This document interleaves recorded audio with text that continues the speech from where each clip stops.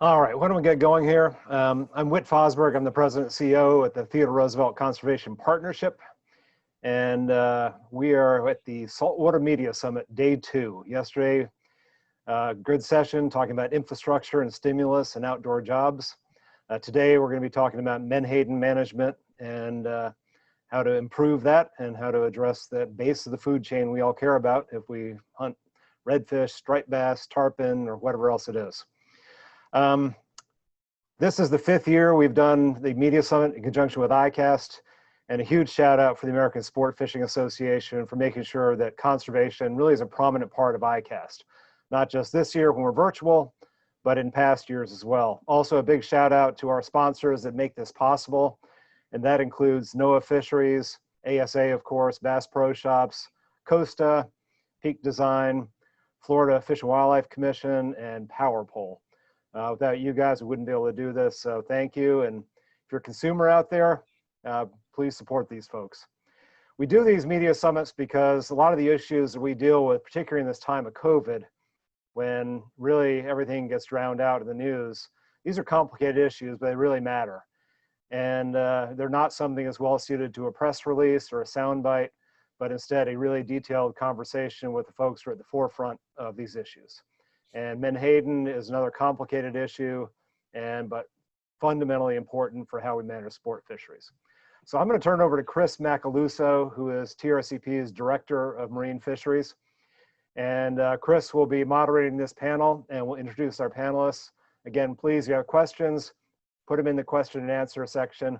We're also going to be recording this whole session, so if you have to jump off early, you'll be able to get it and share it with your friends.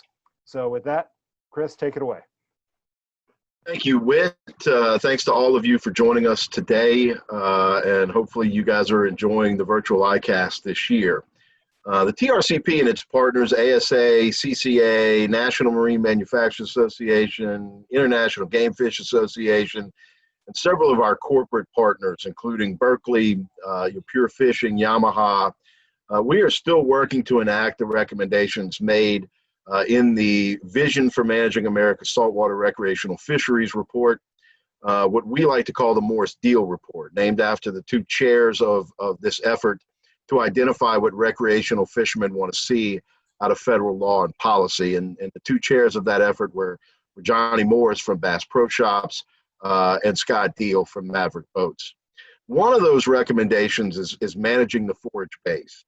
And we were able to get several of the other recommendations about improving data collection, alternative management, looking at allocations addressed in the Modern Fish Act that passed in 2018. But managing the forage base was not one of the things that we were able to get into that law. And so TRCP and its partners have been working ever since to try to get more consistent conservation-based forage management included in federal law and policy. The Atlantic States Marine Fisheries Commission is on the verge of enacting ecological management, an approach that considers the needs of the whole ecosystem, not just managing menhaden as a separate species. A huge thank you to Matt Strickler, Governor Ralph Northam, Commerce Secretary Wilbur Ross, and several on the NOAA staff who helped us uphold the limits on menhaden management in the Chesapeake Bay and the entire Atlantic coast. Last year, Omega Protein, the large industrial harvester that operates in the Atlantic, willfully violated the catch limit on menhaden in Chesapeake Bay by more than 20,000 metric tons. And it was recreational conservation groups that insisted that Virginia and Omega abide by the limits. NOAA Secretary Ross, Governor Northam and his staff upheld the finding that Virginia was out of compliance and insisted that Omega and Virginia come into compliance with the catch limits set by the ASMFC. The state of Virginia also responded by passing a law that moved menhaden management out of the state legislature and to the Marine Resources Commission, where science and not just politics can guide decisions. Effective menhaden management is vital to having healthy sport fish populations. Studies indicate that striped bass populations could be as much as 30% lower because of industrial menhaden reduction fishing, and this is having a hugely negative impact on recreational fishing and the economy, since striped bass is the largest marine recreational fishery in the United States.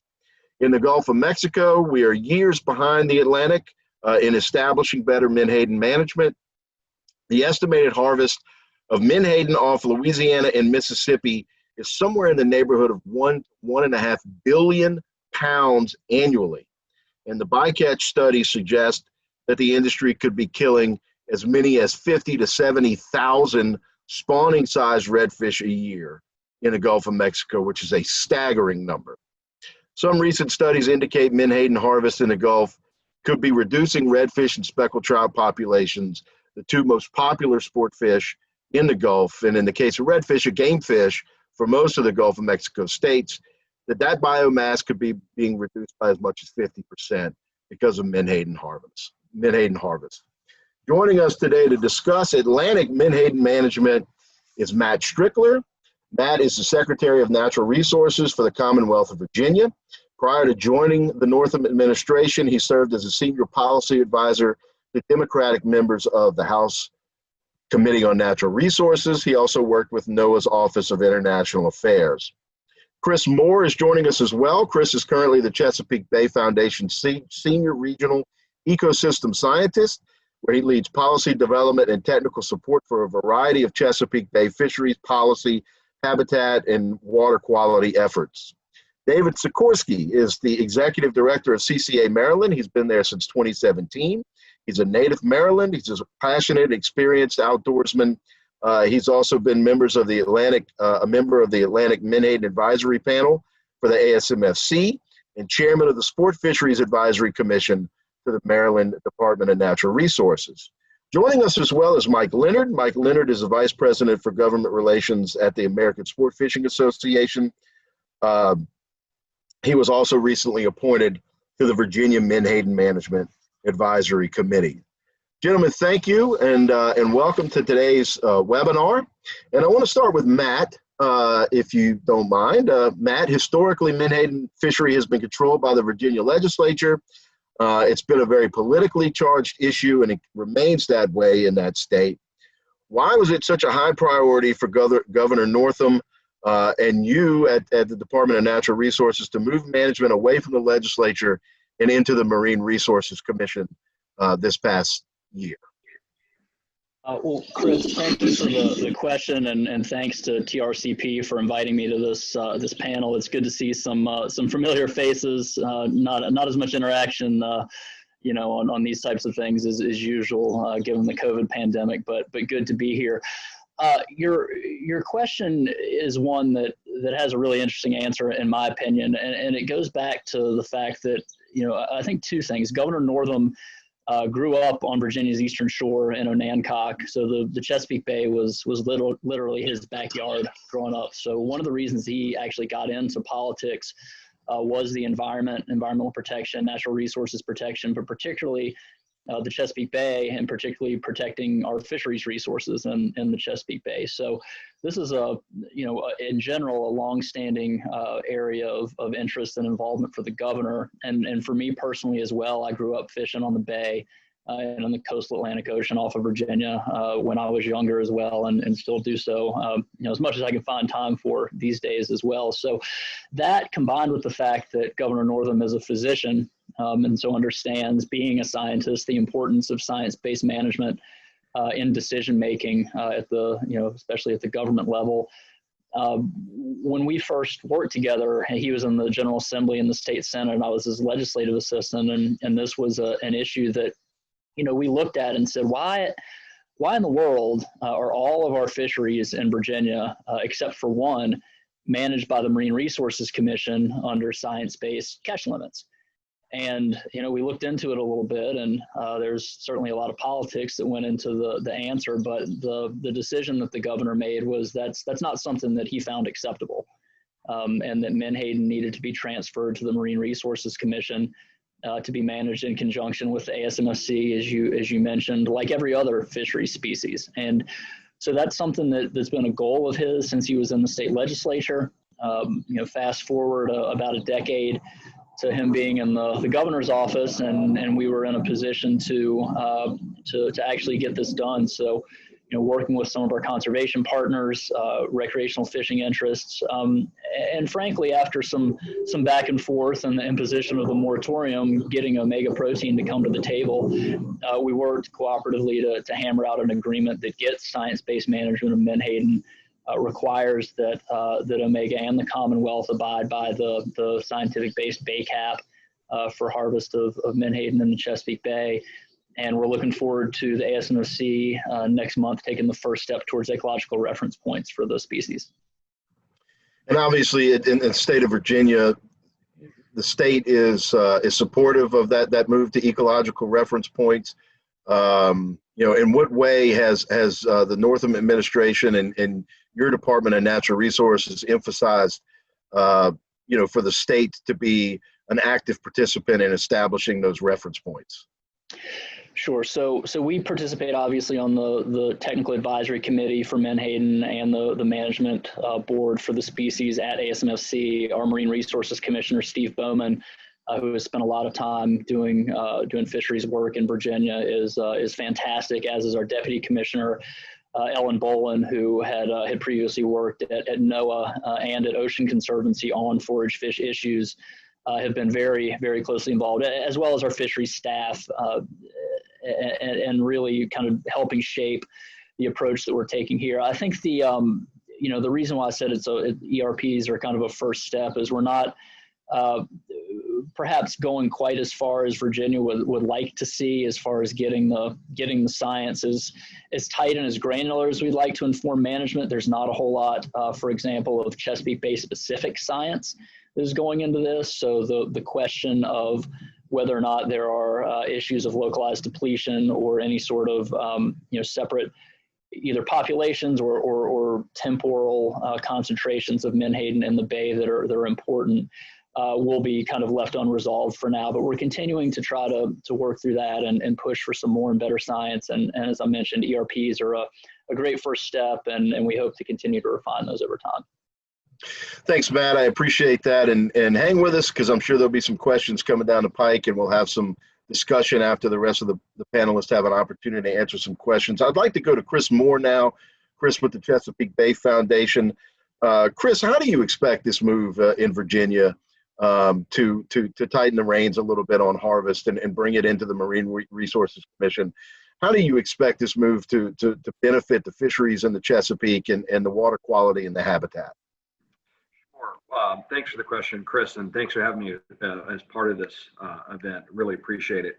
So the move has been something that, as Secretary Strickler referred to, a lot of groups have been working on for years, Chesapeake Bay Foundation included.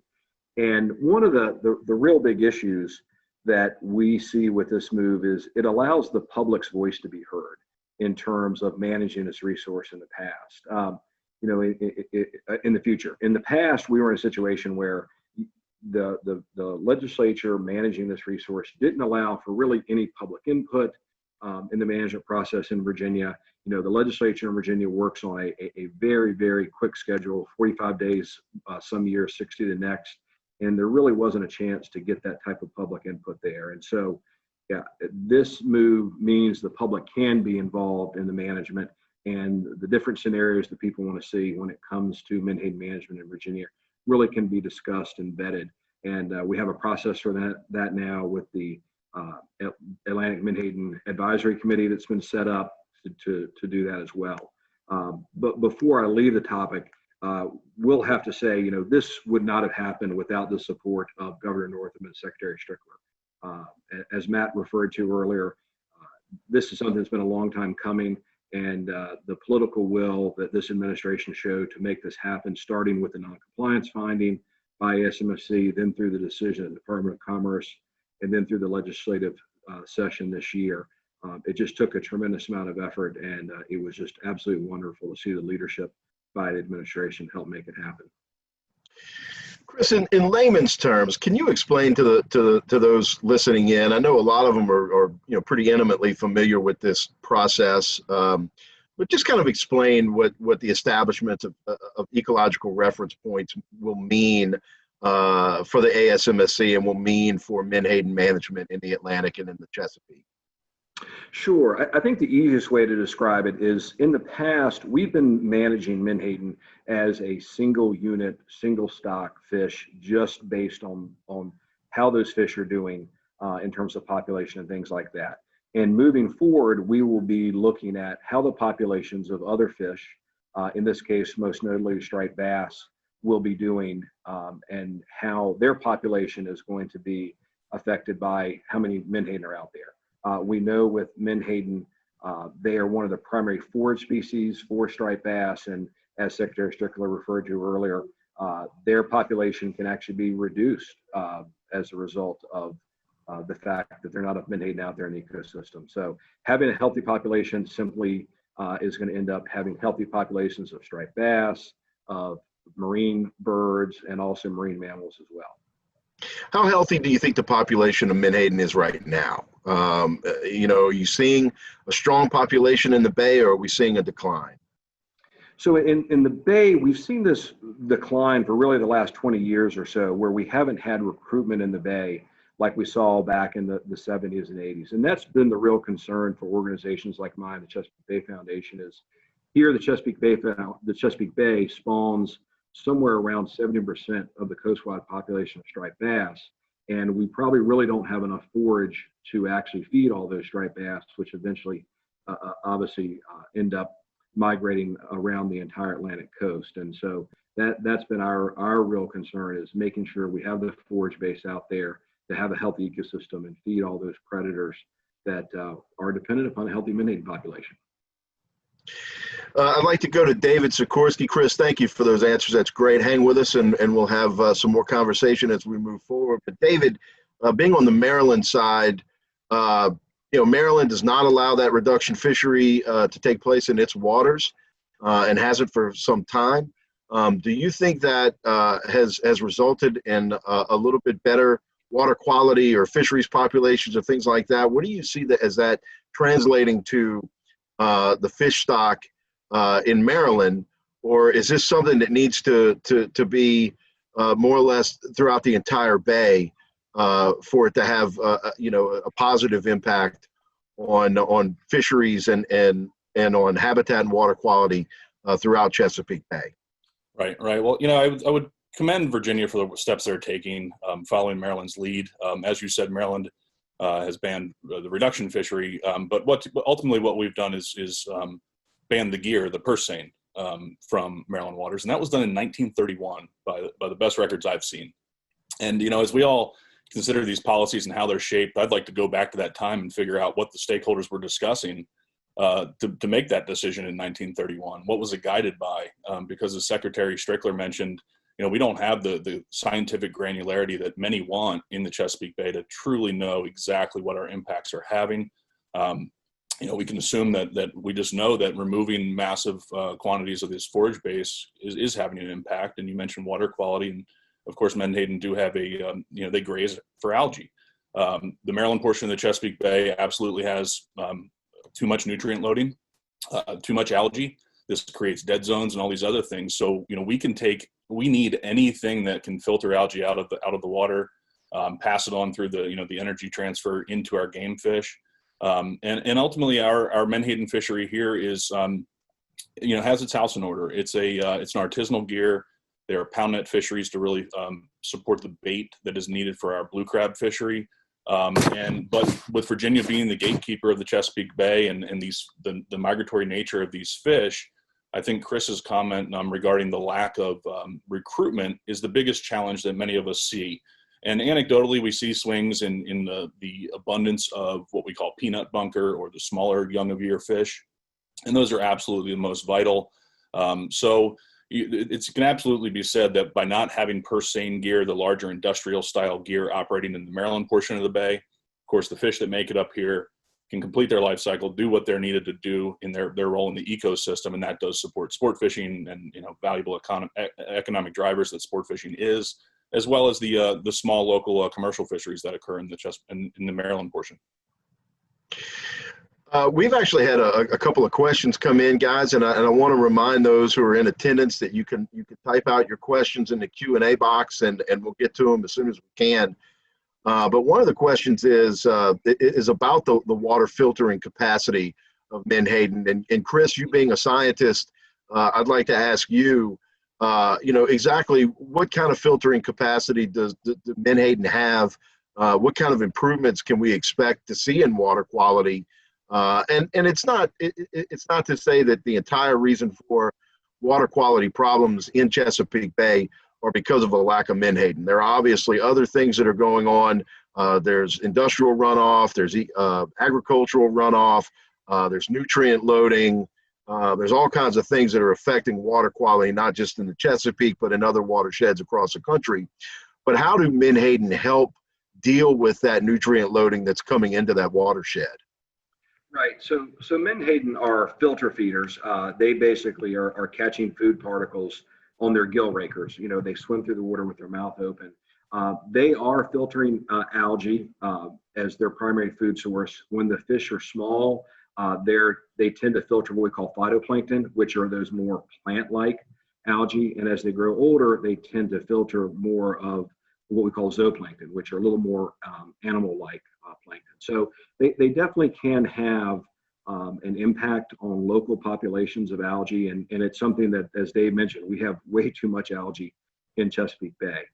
They're not the filter feeder that oysters are. That was obviously historically one of our best filter feeders in Chesapeake Bay. But the research out there does show that, they can have an effect on populations of algae in the waters that they're swimming through. And with all the effort going in the Chesapeake Bay system to help reduce pollution on land, anything we can do to help improve water quality is something we want to be focusing on. And Thanks, Chris. If I could just chime in real quickly on Chris's point. The issue that David just mentioned about trophic transfer is a really, really important one, and one that we shouldn't gloss over. I mean, getting, whether it's phytoplankton for the younger Menhaden or zooplankton for the larger Menhaden, being able to transfer that energy up to our game fish through Menhaden is really the key, right? So that's something that we're very cognizant of as well.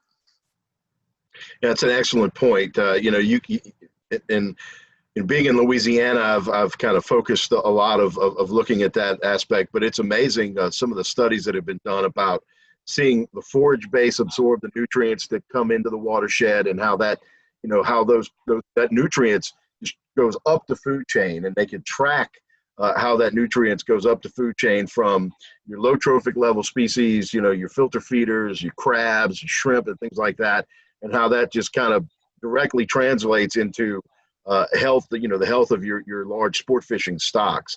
I'd like to ask Mike Leonard to chime in here. Mike, you deal with a lot of fisheries issues on the federal level, working as government relations director for the American Sportfishing Association, but you're also a Virginia resident. You're an avid sport fisherman, and you were recently appointed to the Menhaden Advisory Committee. What do you believe the role of that committee is in terms of addressing Menhaden in Virginia? And what do you expect for the committee's recommendations to be able to accomplish in terms of the future of Menhaden management in the Chesapeake and off Virginia's coast? Yeah, thanks, Chris. Thanks for the introduction. I'm not sure about the avid sport fisherman term. That may have been true one day in the past, but with 3 kids at home, you'll get there.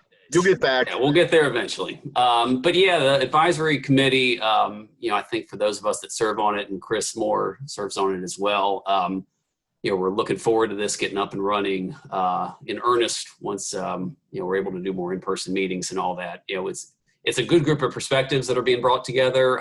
You've got several recreational fishing interests, conservation interests, the bait fishery, the reduction fishery, academics. It's a broad, diverse group of perspectives that are at the table now. The enabling legislation that was referred to earlier sort of set the charge, which was to provide guidance to the Virginia Marine Resources Commission on the sustainable management of the Menhaden resource and harvest of the bait and reduction fisheries in the waters of the Commonwealth, including the Chesapeake Bay. I did read that. I don't have it memorized. Maybe I will soon. But and I'm sure the committee members have a diverse set of opinions on how we're going to achieve that objective. We've had one meeting so far, and it was virtual, and that was essentially to endorse the 2020 regulations for the fishery, which the commission later adopted. A big part of that was bringing the fishery into compliance with the Chesapeake Bay cap, which has been referenced before, and Secretary Strickler mentioned the importance of understanding localized issues, particularly in the Bay, recognizing how important that nursery is. That Chesapeake Bay cap was set back in 2017, set at 51,000 metric tons, a limit on how many menhaden could be harvested in the Bay, which was exceeded in 2019 by the reduction fishery, which set off a chain of events, including the fishery being found out of compliance, the state being found out of compliance, and ultimately, one thing led to another, and here we are with this new management authority within Virginia Marine Resources Commission, and one of the main charges was to set that cap and to reduce it to recognize the overage that was taken in 2019. Going forward, I think one of the things I'm optimistic about is that we'll finally have a much more open, transparent, robust dialogue on how the fisheries should be regulated, as contrasted with the legislature ultimately enacting regulations, which was not exactly the most open, transparent, robust type of process. You sort of awaited and saw what would come out of the legislature for those of us that had an active interest in the fishery. This, again, bringing all those different perspectives in and having this all run through the commission, I think provides us a much greater seat at the table, given the interest that the recreational fishing and conservation community have always had. I'm hoping in the near term, once we sort of get up and running in earnest, some of the things I'm hoping we can explore is looking at some of these spatial issues that I think have been referenced, avoiding conflicts, particularly in the Bay between the recreational and commercial fleet, essentially where and how the fishery is operating, particularly in the Bay. Another big issue is bycatch and discards, getting a better handle on that. Some of these large events we see of lots of dead menhaden washing up on shore, and speculation on what may be causing that, whether that's being accounted for, recognized in the quota, potentially some level of enforcement, just improving reporting in the fishery in general. I think there's a lot of questions about many of those issues. So, I'd say for those, there are a lot of folks that have been watching this fishery for a while that sort of want to see it go away. At least the reduction fishery. I don't think this advisory committee is going to be the mechanism for doing that. But again, I think being a good venue for a more open, participatory discussion, resolving some of these challenges and conflicts in the fishery. Again, as a Virginia resident, particularly in the Chesapeake Bay, which is such a critical nursery for striped bass and others, ultimately producing better outcomes and adhering by what's decided by the Atlantic States Marine Fisheries Commission, which we've had some challenges of in the past. I think, again, all good things that are going to start moving us in a much better direction. Well, Mike, I appreciate that perspective. As you guys can imagine, with such a hot button issue and so many passionate folks out there wanting to talk about this, we've had several questions start to pile up. So I'm going to start throwing those out to the panel. And you guys feel free to fire away with answers as you see fit. One of the questions we got was kind of, I think addressed by what Mike just said about, some of the things that the committee is going to be looking at, one of which being some of these negative encounters between menhaden harvesters and recreational fishers. And that's something that's not just limited, I think, to Chesapeake Bay. It's one of the things that's come to a head here in my home state of Louisiana as well. I think the reality is that a lot of the times that, recreational fishermen are trying to fish on the fish that are feeding on these menhaden, and the industrial harvesters are trying to catch them at the same time. And I could say that I find it virtually impossible, personally, having seen this myself, for them not to be ensnaring the fish that we're fishing for in those nets.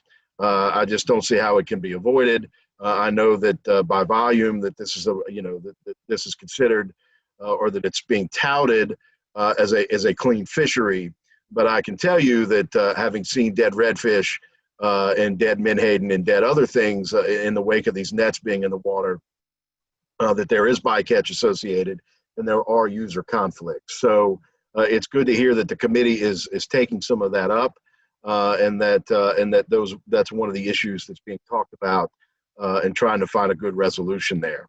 Some of the other questions we're getting, one of them is all indications are that the ASMFC will finally adopt ERPs, ecological reference points, in August, moving forage fish management to what is called the 21st century. Are there any obstacles, obvious opponents to that move by the ASMFC that could stall or kill that decision?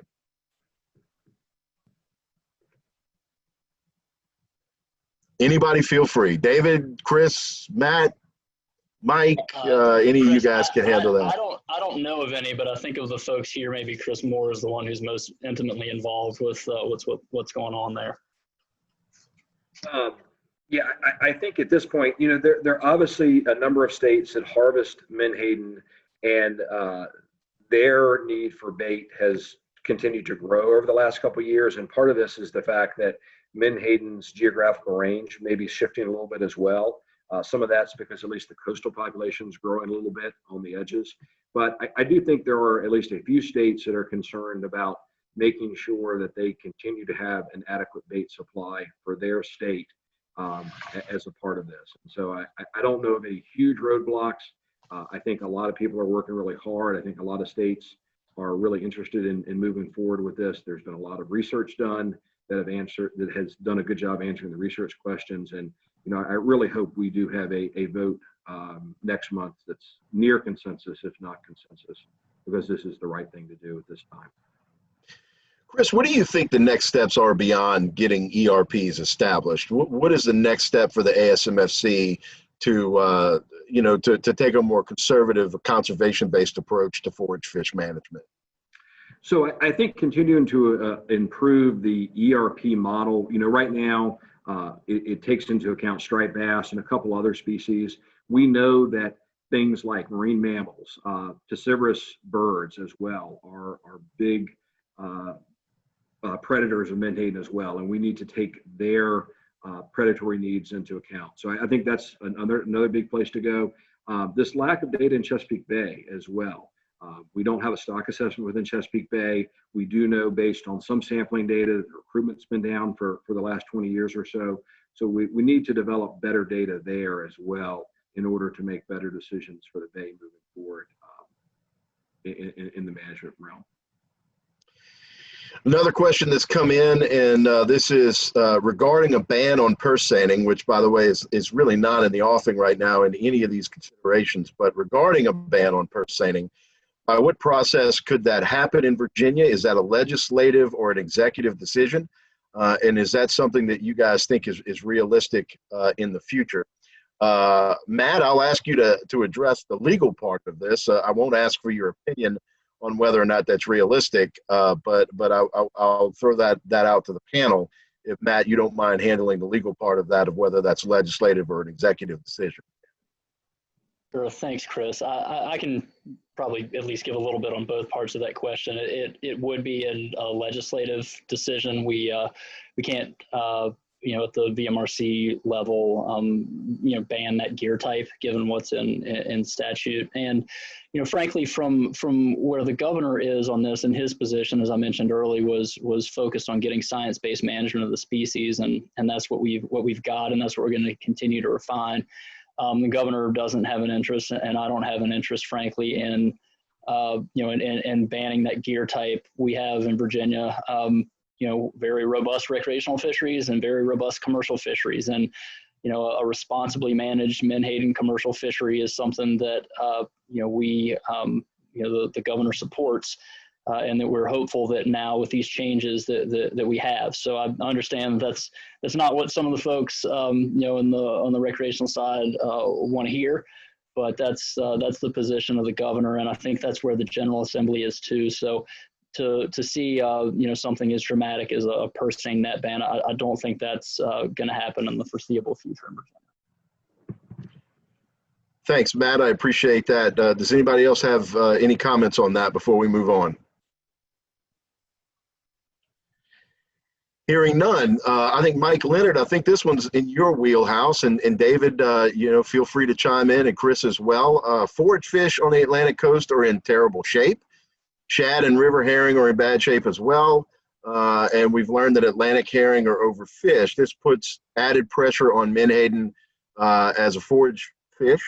The latest science suggests that catch should be reduced substantially. Will Virginia, Maryland, and the rest of the ASMFC support catch reductions in order to rebuild striped bass populations in a timely way? Mike, I say this is kind of in your wheelhouse because ASA, TRCP, CCA, and several other organizations have been working on a forage fish conservation bill that has unfortunately gotten stalled a little bit because of COVID-19 and other considerations. In case folks haven't noticed, there's a lot of stuff happening in our country right now that Congress is trying to deal with, but forage fish does remain a priority. And I think that especially if a reauthorization of Magnuson-Stevens is considered in the next couple of years, that forage fish will definitely be a big push on the part of the recreational fishing community. Yeah, Chris, I mean, I'd agree with that. You know, there's, I think, a broad interest in getting a better handle on forage fish management. And, you know, I think menhaden management is sort of at the forefront of implementing some of this ecosystem-based management, get that modeling in place that recognizes we need to start transitioning away state by state, ASMFC, and at the federal level, away from just viewing these targeted forage species in isolation and recognizing the broader role they play in the ecosystem. You know, again, menhaden's sort of at the forefront of that. We're, again, at the early stages of getting these ecological reference points, getting that model in place and sort of seeing where managers go with it. I think Secretary Strickler referenced before that, you know, it's a good start. There's obviously a lot more data that needs to go into it, many more inputs on predator needs, localized issues, spatial, temporal issues that I don't think immediately are going to suggest we need dramatic reductions in the fishery.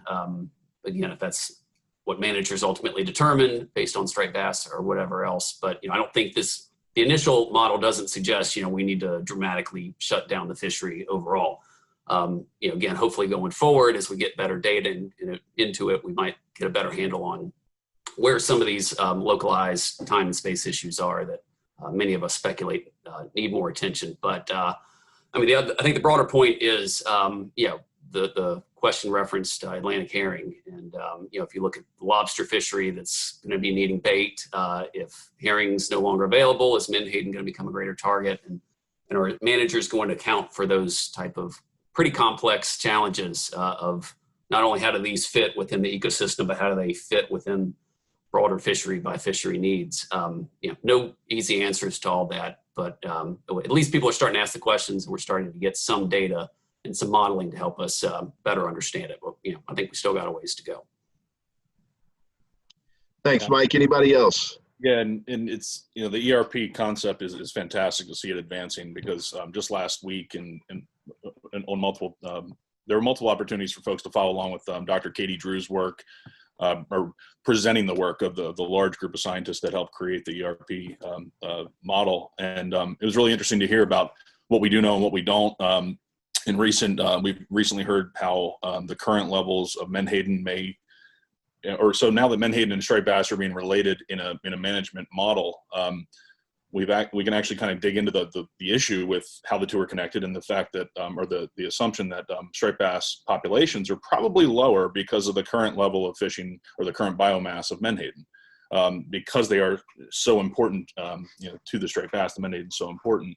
And all these other forage species are, of course, important food for striped bass as well. And I've always said to people, it's like you know, you're heading out to dinner with your family and you're going to hit one of the restaurants in town and you drive down the main highway and all the lights are off. You know, there's less and less opportunities for what you're going to eat. And that's what's happening to striped bass in the Chesapeake Bay. It's been happening for years. You add in the impact that all of us have living in this watershed to our rivers and to our streams and to the habitat and the water quality that's necessary for these animals to spawn successfully. We really, really have to be cautious when we're looking at such valuable fisheries kind of bumping up against each other, and so many fisheries that used to be so valuable not existing anymore. I mean, weak fish are one that come to mind, and it's just there's a lot going on here. And so the work that this ERP stuff absolutely needs to make it to the forefront and be put into management. And then the folks in Virginia really need to focus on what they can do as stakeholders to find some solutions from the massive removal of this biomass that's occurring in space and time in the Chesapeake. Thanks, David. We had another question come in. Does the Menhaden reduction fishery have any positive effects on the economy of Virginia in terms of jobs or other benefits? And this is for anyone. Well, I'll chime in there first, and then maybe others can follow up. There's been a Menhaden reduction fishery in Virginia for a long time. The Omega plant at Reedville employs, I think it's probably about 250 people.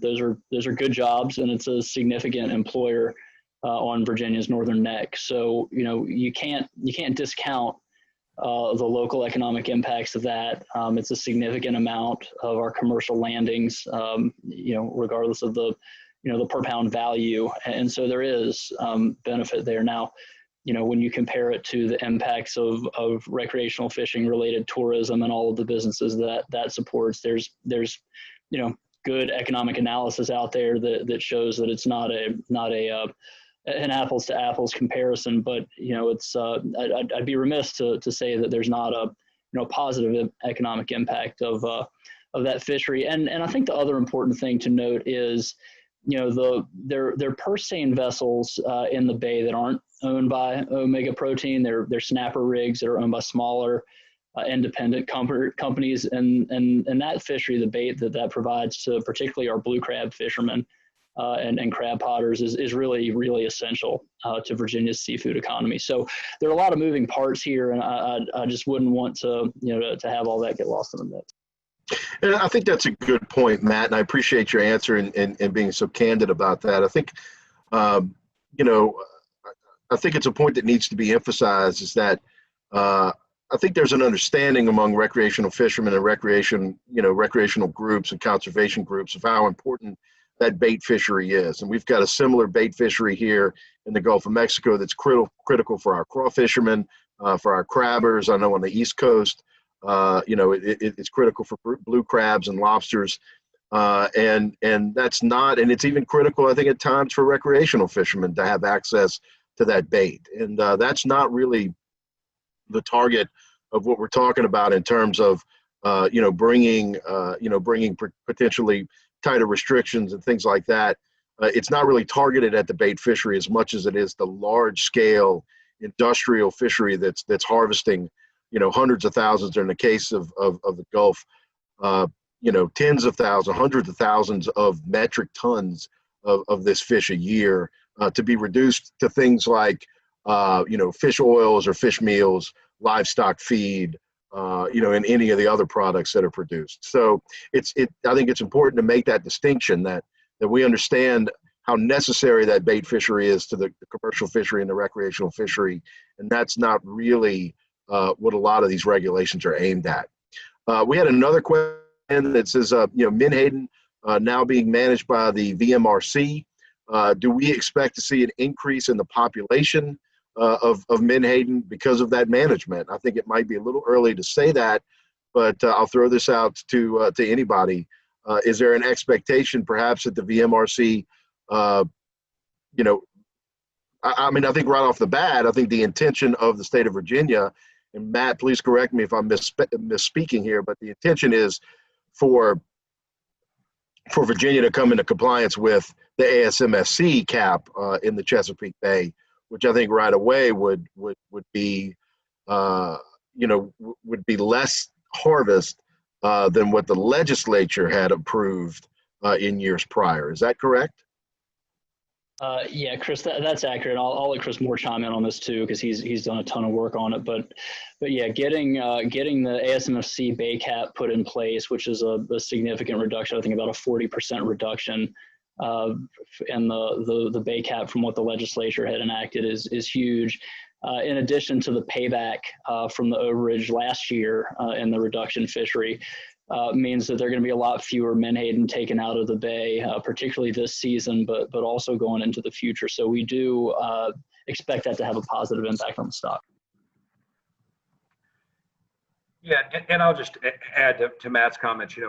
What I talked a little bit about earlier. The fact that now Virginia can be really responsive to management is going to be better. I think if you look back over the last 2 years, Virginia wasn't responsive to the ASMFC management plan, and that resulted in more fish being taken than should have been. And with the Virginia Marine Resources Commission having a long history of being in compliance and making sure that Virginia is a good partner with all the other states in managing a whole host of fisheries, from striped bass to menhaden to bluefish, weakfish, things like that. I think you are going to end up with a more scientific-based management that does result in more fish in the water in the bay. And again, I think what I said earlier, the public can now be such a better part of the management dialogue and the management process. We just weren't able to have that discussion during the legislative management of this fishery. And I think everyone should look forward to being able to have their voice heard moving forward in the management of this resource in the Commonwealth. Thanks, Chris, and thanks, Matt. Here's a more of a statement, I guess, than a question, but it says from 2005 to 2012, a dozen articles have been written in scientific journals regarding the medical value of fish oil. I'll take that one. I've also read articles that completely dismiss the medical value of fish oils. And I know that there are other sources to be able to derive those oils rather than extracting menhaden for them. I think what this discussion boils down to is, we understand that there's a market for the products that are made by menhaden, by reducing menhaden. We understand that a lot of that market is overseas. And that removing this resource from our waters is providing benefit to other countries while potentially being detrimental to our waters. And so I think that needs to be part of the discussion. I think it also needs to be recognized that there are a lot of other fish out there that could be reduced into fish meal, into other products. Asian carp come to mind. We've got a lot of those, and there's just no reason why you can't make fish meal out of harvesting Asian carp. So I think the question is, there's no argument that there are products being produced and that there's a market for what comes out of reducing menhaden. The question is it better for us to leave those fish in the water to get the ecological benefit and to get the benefit up the food chain and the economic benefit of leaving those fish in the water? Does that outweigh the benefits that we're getting out of removing billions of pounds of these fish from our coasts every year in order to produce those products? And I'll open it up to the panel if they have anything to add to that. Yeah, that's great points, Chris. And it's a big policy question. It's a question we have as a society to answer. And the situation with menhaden now, especially with the reduction fisheries being owned by international companies, is here in the Chesapeake, and the Mid-Atlantic. Our forage base, that trophic energy transfer, animal that's feeding. Chris's former colleague John Page Williams said it best: menhaden simply takes sunlight and turn it into whale food. That's it. Sunlight powers the algae. The menhaden eat the algae. The predators eat the menhaden. We are predators. We eat the game fish that eat the menhaden. And then whales eat it too. So it's this massive, valuable piece of energy that's being transferred around. And so with this reduction fishery, we're essentially saying, okay, we have an internationally owned company exporting this high value energy at a low price per pound or per unit. And in many cases now, more recently, a lot of this fish meal and such is being used to feed farm-raised salmon. So salmon being one of the most popular finfish foods that Americans and probably people around the world are eating, it's coming back to us at a different value. And so I know that our leaders in our country are looking at how do we solve some of these deficits that we have in seafood production in our country and still be environmentally responsible and recognize all the users that exist here and the economic value domestically. And it's a tough question to answer. None of this stuff happened overnight. It's been an evolution of these markets and our use of the globe, and as our population continues to increase. So these are tough questions to answer, and easy for somebody like me that's a recreational angler. I have tunnel vision. I know what I want. I know what we need here in the Chesapeake. So from the Maryland perspective, we know what we want. We want more menhaden. We want more striped bass, and that everybody can win from that here in Maryland. Obviously, that's not such an easy conversation in Virginia. Chris, if I could add to that, Please. one of the challenges we've dealt with historically here is this has all been sort of a theoretical debate of, those of us that are interested in leaving more menhaden in the water for their ecological role, would argue those points. And then, the reduction fishery would argue the, economic value and the markets they create, whether, we totally agree that that's the highest and best use. There wasn't really a good way for those of us that were pushing kind of the ecological side of it to have evidence to quantify to back that up. And I think that's what's so important about shifting towards this ecological reference point model and beefing that up, is it provides us clear science-based evidence to either prove or disprove the value that menhaden play in the ecosystem, and what truly are the right limits to set to recognize the amount that we need to leave out there, both as a total population and then as it moves up and down the coast. This is, I think, what's so important here is it sort of moves us away from the theoretical to actually being able to quantify what that value is, and then in turn be able to turn to managers and show what impacts certain levels of harvest are having, and at some point ask those questions and have some data to support it. Is, would you rather take this amount of menhaden out of the system to make fish oil pills and see what impact that has on striped bass and marine mammals and seabirds and everything else, or would you rather leave them out there and recognize that broader ecological value? Having that actual science, that data to support it, hopefully will be game changing. We're starting to get there.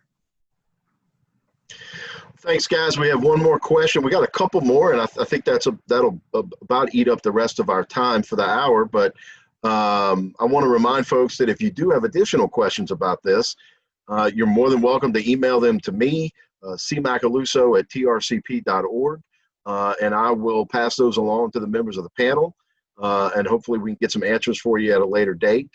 But glad to field questions about this throughout this process or after this event is over.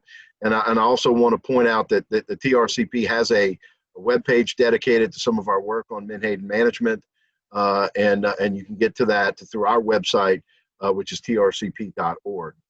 Here's our next question. Is it appropriate for management to consider further sub-allocation strategies based on markets?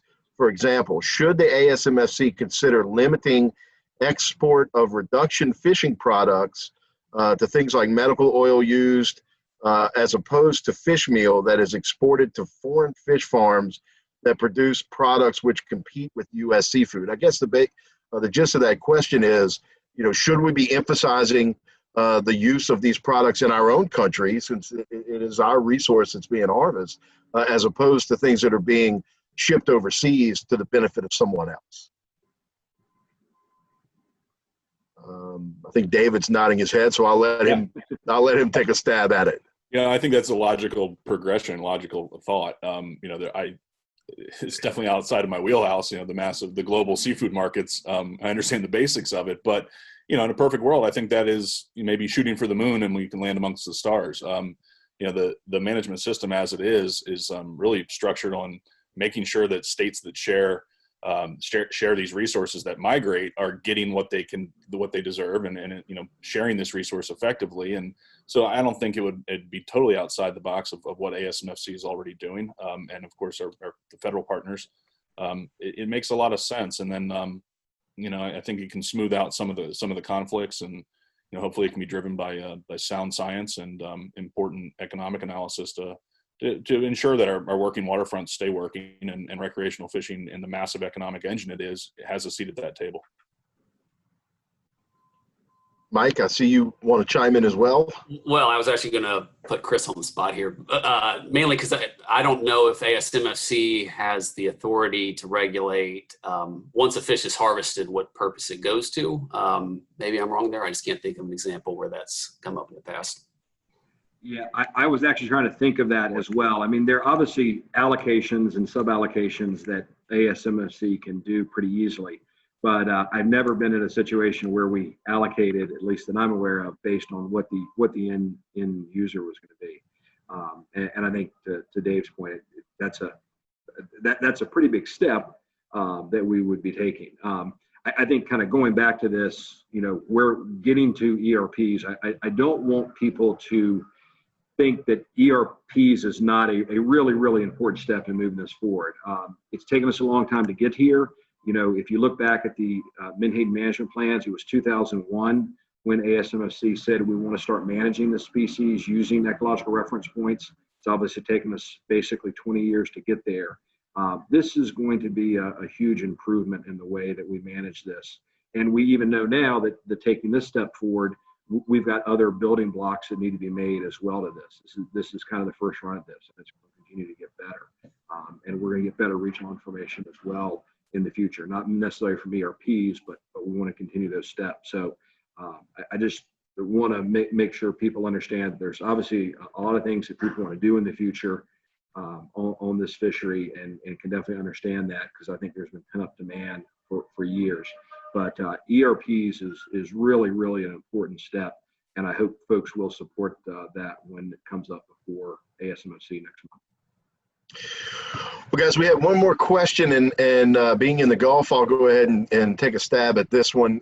Can this strategy of establishing ecological reference points and better management and better catch limits be exported to the Gulf, where there is basically a gentleman's agreement right now on the catch limit, which surprisingly would bring the limit up to several 100,000 pounds or more than that, several million pounds more than what's already being harvested right now. And I can tell you that I think this is a good roadmap. Seeing what's happening at the ASMFC is a good place to look in terms of establishing ecological reference points.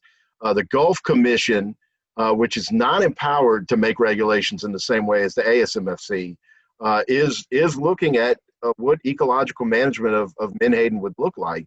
And there have been some studies that have been conducted by the University of Florida in conjunction with NOAA, in conjunction with other agencies, to look at, what ecological management of Menhaden in the Gulf would look like. I can tell you that several of the conservation organizations, I know it's a priority for ASA to try to do something in the Gulf. It's certainly a priority for TRCP. It's a priority for CCA, IGFA, Bonefish and Tarp Trust, several groups that are looking at water quality and fisheries issues in the Gulf of Mexico. It's a priority for our groups to get better management of this fish in the Gulf of Mexico because there is just no question that it's having an impact on sport fish stocks, game fish stocks, water quality. It's also having some impact on habitat.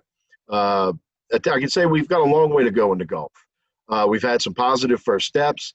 In the last 6 months, both the Mississippi Department of Natural Resources, their Marine Fisheries, their Marine Resources Commission, and the Louisiana Department of Wildlife and Fisheries Commission have both had discussions about better Menhaden management. So it is top of mind for both of these commissions. It's just a matter of creating the steps to go forward in establishing ecological reference and maybe setting up some areas that are off limits to this purse steining activity in order to help preserve our speckled trout, our redfish, tarp, and other fish that are being affected by this fishery. So to answer your question, yes, but there's a long way to go in the Gulf. Guys, I'll give you all the last word. If there's anything you'd like to chime in with to say goodbye to our group, please feel free. If not, we'll go ahead and wrap up. I'd just like to say again, thanks to TRCP, to Chris Moore from Chesapeake Bay Foundation, Mike Leonard at ASA, and all of the sponsors for hosting this panel. Virginia's committed, as I mentioned, to science-based management of this species and all of our other fishery species in the Bay. And I'll say this just kind of as a parting note. We've heard a lot about striped bass today.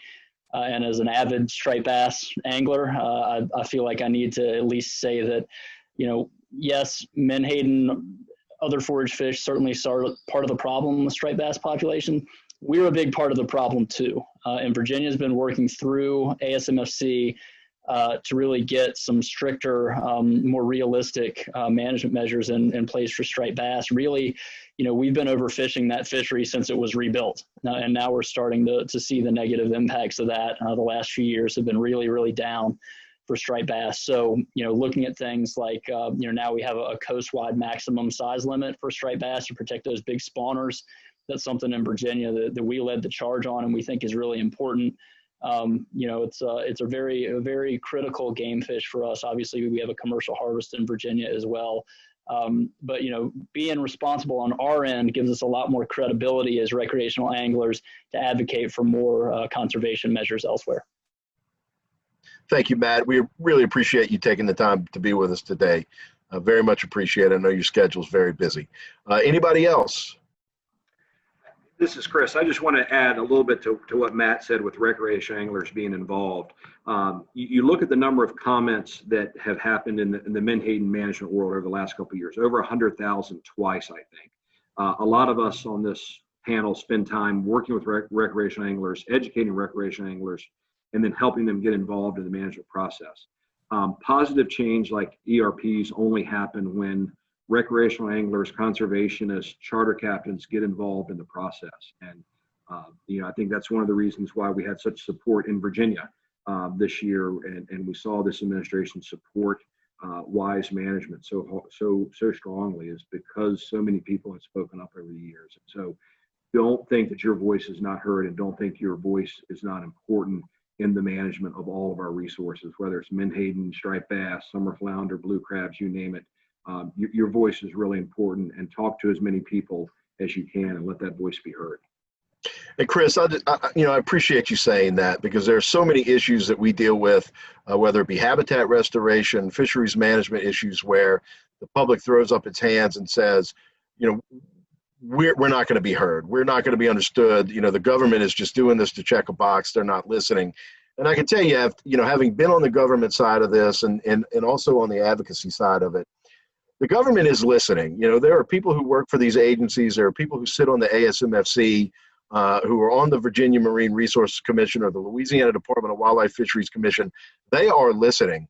We may not always like the answers that we get back when they take a look at all the factors and the science that's considered, but they are listening, and that does help influence policy.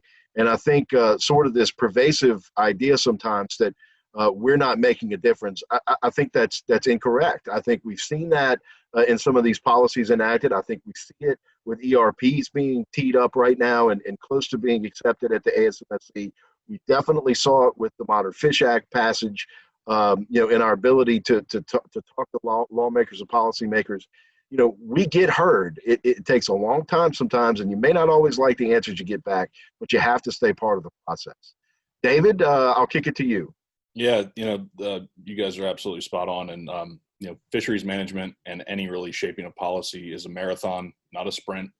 I have to remind myself that often. I would say I'm quite the sprinter and not a marathon runner, but need to be patient. And I'm neither, so.